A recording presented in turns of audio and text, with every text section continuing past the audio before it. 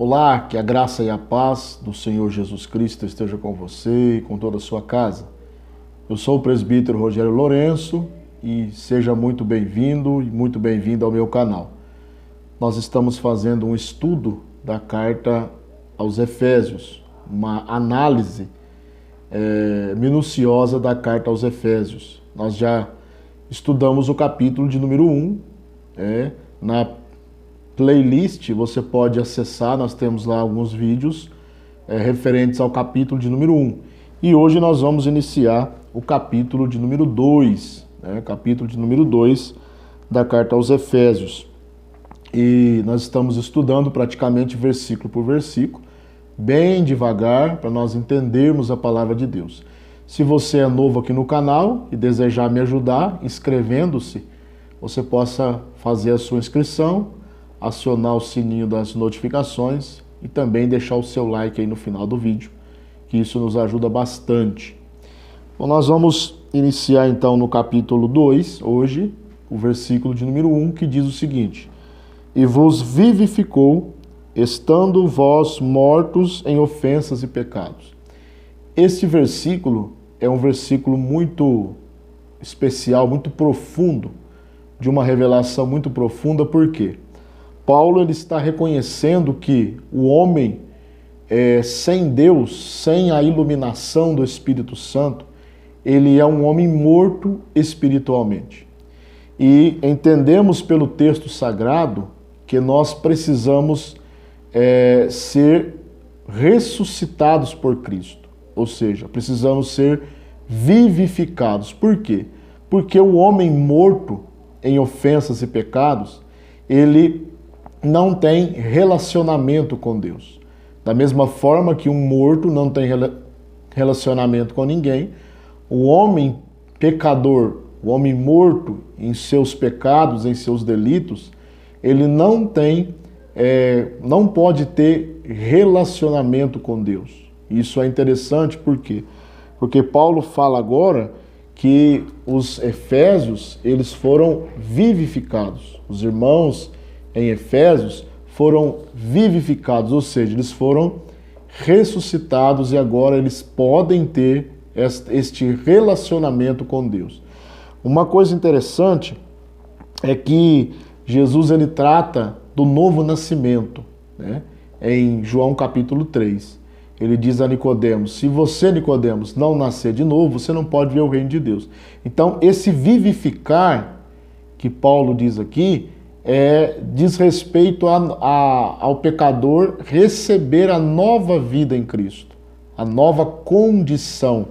Nós podemos ver esta nova condição aí no versículo 2, porque Paulo mostra o passado dos irmãos de Efésios, da igreja em Éfeso. Ele diz assim: noutro tempo vocês andavam segundo o curso deste mundo, segundo o príncipe das potestades do ar, do espírito que agora opera nos filhos da desobediência. Ou seja, agora vocês têm uma nova conduta, vocês têm uma nova vida em Cristo. Em outro tempo, vocês andavam segundo o curso deste mundo, o sistema pecaminoso que rege este mundo. Vocês andavam segundo o príncipe das potestades do ar. A Bíblia chama este príncipe de Satanás. Em Efésios 4 e 24, ele é chamado de diabo, Não deis lugar ao diabo.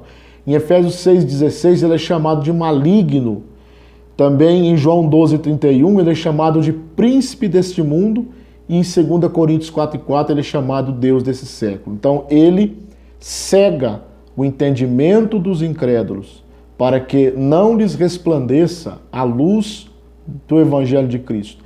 Então Paulo diz: vocês foram vivificados porque vocês estavam mortos. E agora vocês têm uma outra conduta. Uma outra conduta. Por quê? Porque vocês andavam no curso deste mundo. Andavam segundo o príncipe das potestades do ar, segundo o espírito que agora opera nos filhos da desobediência, os quais, versículo 3, todos nós também antes andávamos nos desejos da carne, fazendo a vontade da carne e dos pensamentos, e éramos por natureza filhos da ira, como os outros também. Então, a posição da igreja de Éfeso, você vê no versículo 1, 2 e 3, eles agora estavam vivificados, porque eram mortos em ofensas e pecados.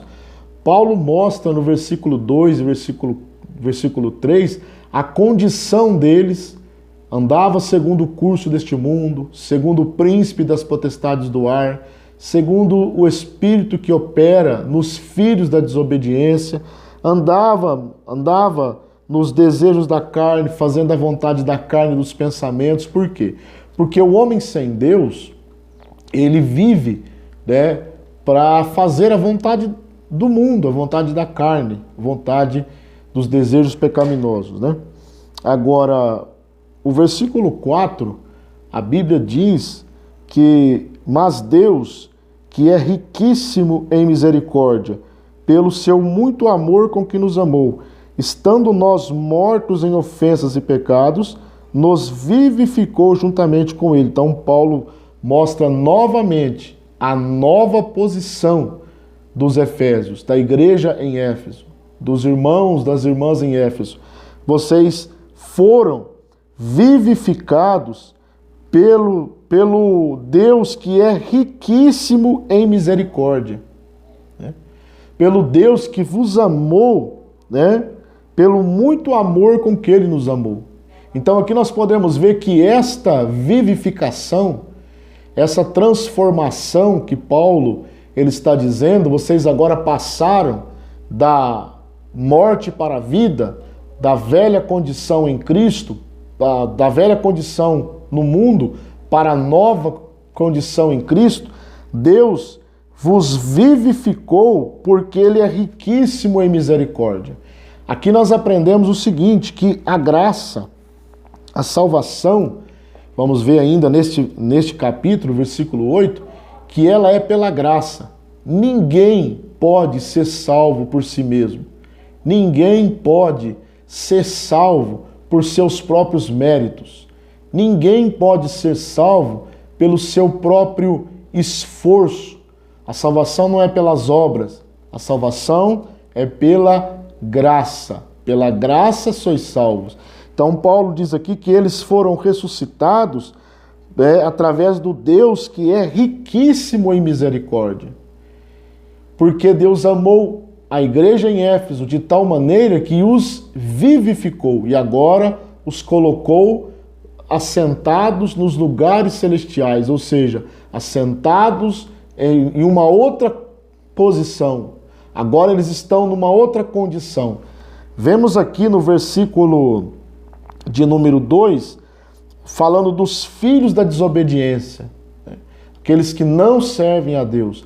Agora, eles foram transportados deste grupo dos filhos da desobediência para serem vivificados e agora assumirem os lugares celestiais em Cristo.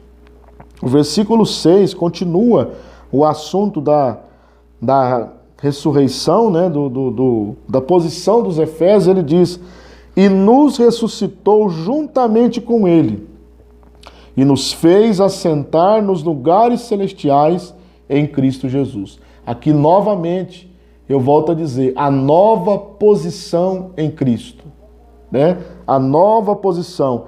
Nos ressuscitou e nos fez assentar nos lugares celestiais em Cristo Jesus. Obviamente, o crente não está assentado nos lugares celestiais, né? nos céus. Ele está vivendo aqui na terra. Estes lugares celestiais dizem respeito à nova posição que o crente agora assume diante de Deus. A nova condição que o crente assume diante de Deus. Isso é muito interessante, né? Então ele nos fez assentar nos lugares celestiais em Cristo Jesus. Ou seja, nos deu uma nova posição em Cristo Jesus, nosso Senhor. O versículo 7 diz assim: para mostrar nos séculos vindouros as abundantes riquezas da sua graça pela benignidade para conosco em Cristo Jesus. Uma coisa interessante aqui é que a vivificação do pecador em Cristo, a nova vida que ele recebeu em Cristo, a nova posição que ele recebeu em Cristo, também lhe dá o direito, né, de receber as abundantes riquezas da graça de Deus. A graça de Deus, ela é abrangente. Então, estas abundantes riquezas da graça de Deus, eu entendo que é aquilo que Deus tem para o eleito, né? Aquilo que Deus tem reservado para aqueles que foram vivificados, para aqueles que foram ressuscitados em Cristo, que agora passaram da morte espiritual para a vida espiritual. Então agora eles recebem essas riquezas da sua graça, né? Pela benignidade de Deus. Novamente, nós recebemos a salvação, a nova posição em Cristo, as riquezas da graça de Deus pela bondade de Deus, pelo amor de Deus. Porque se fôssemos esperar Deus nos salvar ou nos fazer participantes desta graça, dessas riquezas da graça, por nossos próprios méritos, nós nunca receberíamos isso. Porque a salvação é pela graça. É o que está no versículo 8. Porque pela graça sois salvos por meio da fé. E isso não vem de vós, é dom de Deus. Então aqui, mais uma vez nós entendemos que a salvação, ela é pela graça, né? A graça é o meio da salvação. A fé é o meio, o veículo que nos leva até a graça. Olha que coisa interessante. A graça é o meio da salvação. Pela graça sois salvos. E a fé é o que nos leva a entrar e a receber esta graça. Voltando a dizer que a salvação em Cristo é pela graça. Nunca o homem pode se auto-salvar. O homem não pode salvar a si mesmo, né? Isto era um ensino de Pelágio, né? Um bispo que viveu por cerca do ano 400. Ele ensinava isso, que o homem não tinha o pecado original, quem tinha o pecado original era só Adão, e o homem ele pode se auto-salvar, né? Com a sua disciplina, com a sua abnegação. Isso é uma heresia. Depois surgiram os semi-pelagianos, né? Que ensinavam, que reconheciam a graça de Deus, a necessidade da graça de Deus para ser salvo, porém entendia que o homem dá o primeiro passo. Também é uma heresia. O homem nunca consegue dar o primeiro passo para Deus, né? Quando nós vamos evangelizar alguém, vamos pregar para alguém, a gente tem o costume de dizer assim: dá o primeiro passo para Deus, né? Dá o primeiro passo para Deus. Mas na verdade, o homem não consegue dar o primeiro passo sem antes Deus ter dado o primeiro passo. O primeiro passo no processo da salvação é a dispensação da graça para aquela pessoa. É Deus dispensar a graça ali para aquela pessoa. Aí sim, esse é o primeiro passo. Quando o homem recebe esta graça pela pregação da palavra, recebe a iluminação, como diz em 2 Coríntios 4:4, Deus desse século cegou o entendimento dos incrédulos. Então agora ele está iluminado, a mente dele está iluminada e agora ele pode receber esta salvação. Então o primeiro passo é sempre de Deus. O homem nunca pode se auto-salvar e nunca pode iniciar a salvação. A salvação é sempre iniciada pela parte de Deus. Então Paulo diz, a salvação não vem das obras para que ninguém se glorie, né? Não vem das obras para que ninguém se glorie. Por quê? Porque se a salvação fosse pelas obras, alguém poderia dizer, não, eu fui salvo porque eu mereci. Eu fui salvo porque eu fiz isso, porque eu fiz aquilo. Não, a salvação é inteiramente pela graça. Aí, nós vamos concluir aqui esse vídeo até o versículo 10, né? Depois nós continuamos no outro vídeo. Aqui nós vemos uma aparente contradição, porém a Bíblia não tem contradição. O versículo 9 diz, não vem das obras, para que ninguém se glorie. O versículo 10 diz, porque somos feitura sua, criados em Cristo Jesus para as boas obras, as quais Deus preparou para que andássemos nelas. Então aqui não tem nenhuma discrepância, a salvação não é pelas obras. Porém, aquele que é salvo, aquele que já recebeu a graça, já foi ressuscitado em Cristo, já foi vivificado por Cristo e agora tem uma nova vida, está assentado nos lugares celestiais, Deus preparou para esta pessoa que ele ande e pratique boas obras.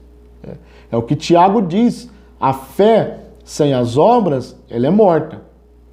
Se o homem diz que tem fé e não tem obras que comprovem esta fé, então ele não pode provar esta fé. A fé, ela é um substantivo abstrato. A fé precisa ser materializada para que realmente a pessoa mostre que ele tem fé. Então aqui não há nenhuma contradição. A salvação, a obra que o crente faz não é para ser salvo. A obra que o crente faz é porque ele é salvo. Essa é a diferença. Tá? Ele não faz para ser salvo. Ele faz porque ele é salvo. É a grande diferença. Então, porque somos feituras de Deus, né? Feitura sua, criado em Cristo Jesus para as boas obras. E foi Deus quem preparou estas obras para que andássemos nelas. Então você não precisa de obras para ser salvo. Porém, você que é salvo, precisa mostrar isso através das obras. O ensino é muito claro, né? Nós vamos encerrar por aqui. Estudamos agora do versículo 1 do capítulo 2 até o versículo de número 10, né? No próximo vídeo a gente continua. Que você possa assistir os outros vídeos, né? Na sequência, aí para você pegar a sequência. Eu vou tentar criar as playlists, né? Por capítulos, porque quando você quiser estudar um capítulo, você vai lá na playlist, tem todos os vídeos relacionados com aquele capítulo. Que Deus em Cristo te abençoe. Não esqueça de deixar o seu like aí, compartilhe esse canal nas suas redes sociais para nos ajudar. Que Deus te abençoe e até a próxima.